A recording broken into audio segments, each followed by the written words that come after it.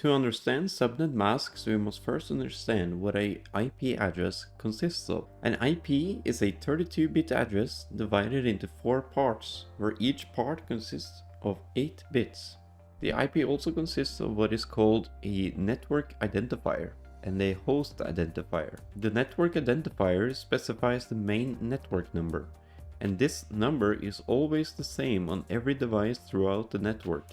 The host identifier uniquely identifies each individual device on the network and must always be different from device to device. So a couple of computers under the same network will always have the same network identifier, but they will never have the same host identifier. But how do we know which part of the IP address is the network ID and which part is the host ID?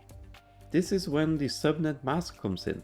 The subnet mask is what decides which part of the IP address is the network identifier and which part is the host identifier. And just like the IP address, the subnet mask is also 32-bit long and is divided into 4 parts, where each part directly aligns with the parts of the IP address.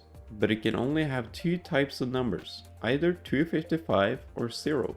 255 is what declares the network identifier, and 0 is what declares the host identifier. The /16 at the end means that the first 16 bits of the IP is assigned as the network identifier, meaning the first 2 parts of the IP address, as these parts are 8 bits each. And so in this example, 192.168 is the network identifier, while 13.37 is the host identifier. This is thus a Class B type of network, since the subnet mask consists of 255.255.0.0. The Class A network would have 255.0.0/8, and here would only 192 be the network identifier, while 168 would be a host identifier. And so in a Class C network, would have 255.255.255.0/24. And here would only 37 be a host identifier.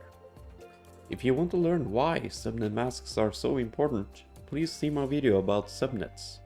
Thank you for watching.